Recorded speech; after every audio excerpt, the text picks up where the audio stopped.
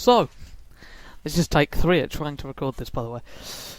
I've decided to reboot the How to Fly series from IL-2 1946 that I did about 2 years ago now. So, we're going to start off today with episode 1, flying a Buffalo to start off with, and a MiG-15 to finish with single-engined aircraft. This is just going to be a short tutorial on the basics of flying single-engined, prop-driven and jet-driven aircraft, how to take off, how to manage them in flight, how to land. Single-engined will come in episode 2, bombers will come in episode 3, and I'll probably do something like, I don't know, carrier landings episode 4, sticking true to the original series, and then I'll make it up as I go along from there on in. But this is the Buffalo. I think it's the pre-World War II variant actually, but this is the aircraft that we're going to be flying and learning to fly in, because it's so simple to control, and it's got pretty much all of the controls that we need to use. So, oh, that did not go well. What do you need to get a plane in the air? Well, you need an aileron, which by default is assigned to the left and right arrow keys. Excuse me. You need elevators, which is by default assigned to the up and down, but I have my joystick. And we need rudder, which is default assigned to Z and X. Now that needs trimming a bit actually. There we go. You have your radiator, which is by default I think assigned to R. That basically just cools the engine down.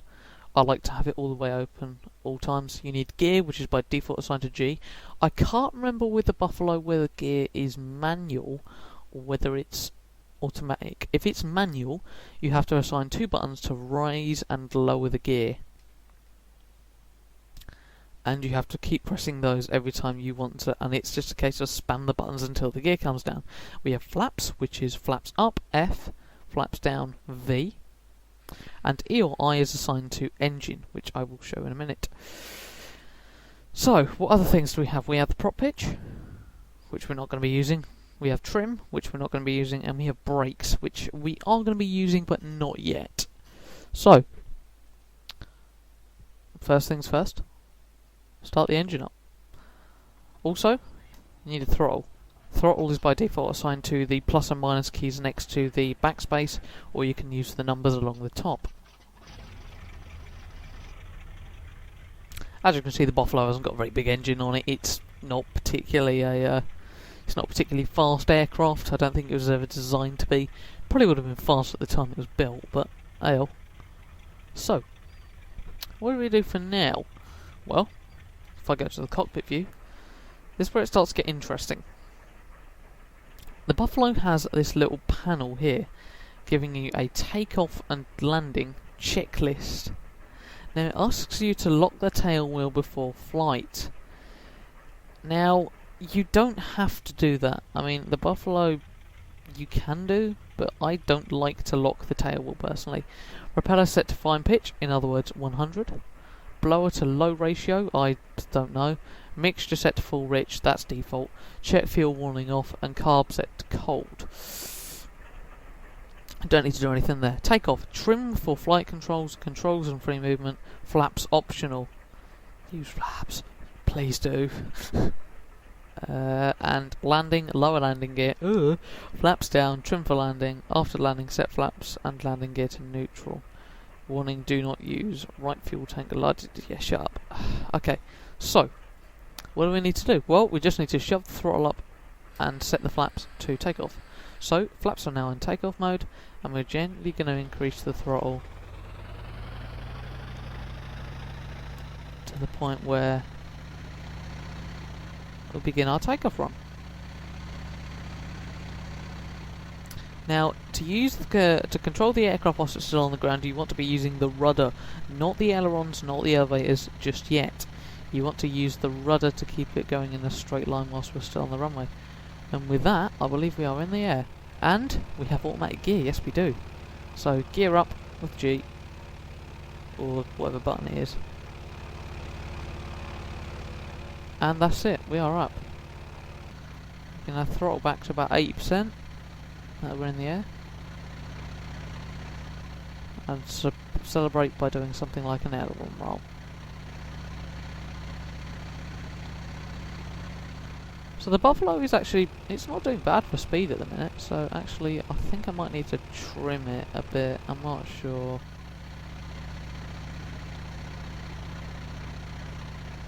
That's about right there. Yeah, so I've just trimmed the aircraft because I don't want to have to keep making corrections. So, in-flight manoeuvres. The rudder does not work as well in flight as it does on the ground. It really is pretty much useless up here. Elevators, as usual, make the plane go up and down. And you have your ailerons which control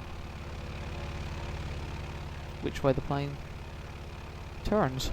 To turn, it's quite simple, just use the ailerons to point the plane in the direction you want to go, and you can either just let the plane go on its own, or you can pull back on the stick and the plane will turn, like so. Don't do this too tight, otherwise you will stall the aircraft. I'm playing Ultra Pack 3.0 with pretty much realistic on, so stalling is very easy. In the past 2 attempts I've tried to film this, I've stalled the aircraft a number of times and crashed them. Now, in-flight procedures, that's about as far as it goes. If you're in a dogfight, you might want to put your combat flaps down, which basically just increase the lift that you get out of the aircraft and mean you can turn slightly tighter, but not a lot, so you know. Now, moving on to something like getting it on the ground. How do we get the aircraft on the ground? Well, landing is actually more of a handful than it might seem, especially if you're playing on the options that I am. I'm not going to land back at Tangmere for the sake of it, because there is a grass runway that I've just flown over. So instead of landing on that concrete one over there, I'm actually just going to land on the grass one. So we're going to come in for an approach over the hangars, arguably not the best idea, but hey, we're going to do it anyway. So what we need to do is we need to deploy takeoff flaps and turn around. This is going to give the aircraft a lot more lift before we come into land. Trust me, this works. I'm going to give the aircraft more power as well. Okay, gear comes down about now, and all we have to do now is line the aircraft up with the runway. So we're coming in over the hangars, remember, or just so the side of them actually. And when we get, use throttle on landing, you can do, I mean, just to make sure that you don't crash for definite. And about here-ish I'm going to put the landing flaps down. In certain occasions, like the Spitfire and the Hurricane, don't have takeoff flaps, so you have to just go straight for landing. But I think we've got a pretty good approach coming in here, so as you can see, just gently bringing the aircraft in, and at the last second, just before you hit the ground, chop the throttle. Bouncing's fine, there's nothing wrong with bouncing, but now we're on the ground and the aircraft touches down safely. Now you want to brake, which is by default B, but don't brake too hard, because the tail wheel of the aircraft, if the aircraft has a tail wheel that is, will come up and your nose will go in the ground, and then there ain't no taking off again, even with Ultra Pack's repair, rearm and refuel option. So we have just successfully taken off in a Buffalo, we have flown around in a Buffalo, and we've landed a Buffalo. So all that's left to do now is switch the engine off and go fly as a jet. See you on the other side. So we are back with a slightly more modern aircraft this time, flying the MiG-15. So what's special about the MiG? Well, not a lot really, it's just a jet, to be honest.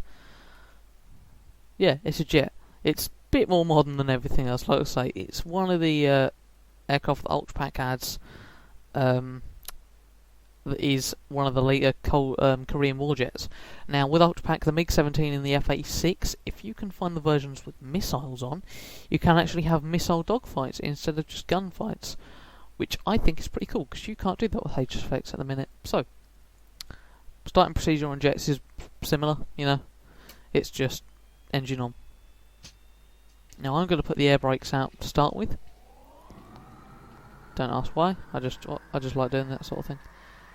So engines take quite a while to power up. You know, the compressor gets going. I mean, you'll know about it when they do.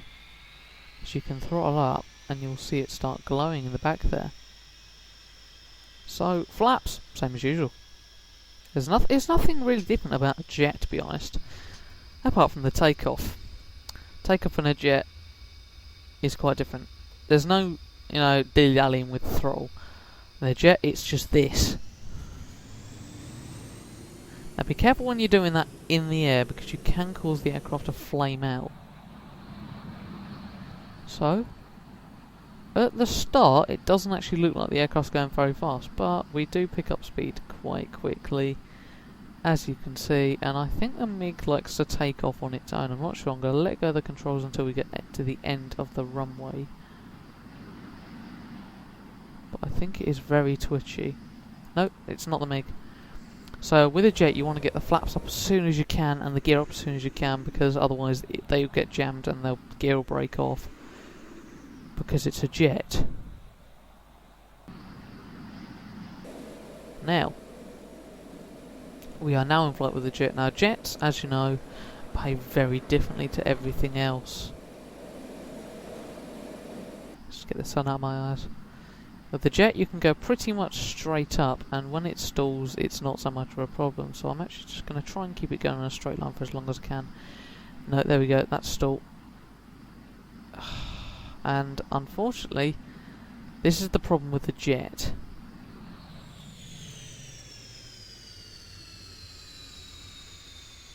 They're so easy to stall, and unfortunately this one is...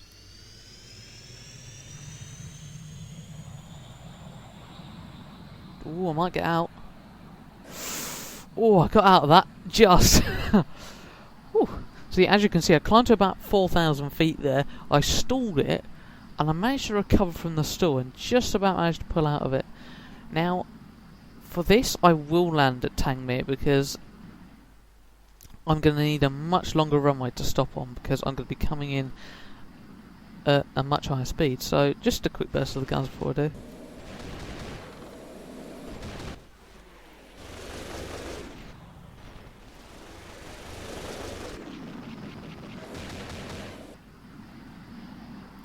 That's it, that's all the ammo you get with a MiG.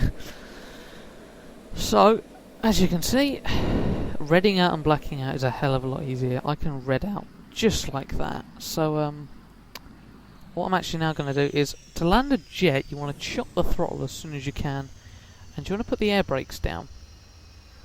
The air brakes are going to slow the aircraft quite a lot, but it's not really safe to put the flaps down until you're doing about 170 miles an hour. So, keep the air brakes down for now. Aircraft has no throttle applied at the minute, so about now I'm going to deploy my flaps on my gear. Probably going to want to land with air brakes on, to be honest. I think I've come in a bit too low there, so I'm actually just going to throttle up and try and get some height out of the aircraft. In case you haven't realised, the flaps are still coming down, so...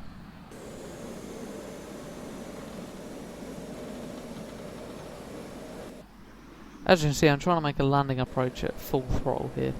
That's not gone well, so actually I'm going to chop the throttle now because I don't need any more. It's a very similar procedure, you know. Just gently bring it in. Oh crikey, that was a bit of a bumpy landing. But once you're on the ground, you can simply just put everything back and whack the brakes on, and the aircraft will stop relatively quickly. I'm actually going to take the brakes off for the minute. There you go. That is a landing in a 1952 MiG-17. Nope, not 17, 15, that's the one.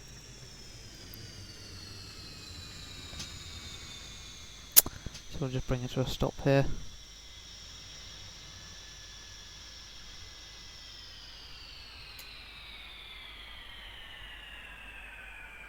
And what do you know?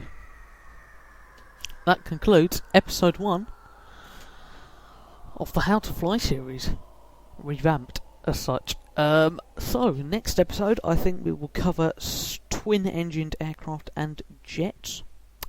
And episode 3 we'll cover bombers again. On episode 4 I think I will go over carrier operations as well, keeping to the theme of the original series. But thank you very much for watching, guys. I hope you enjoyed, and I'll see you in the next one.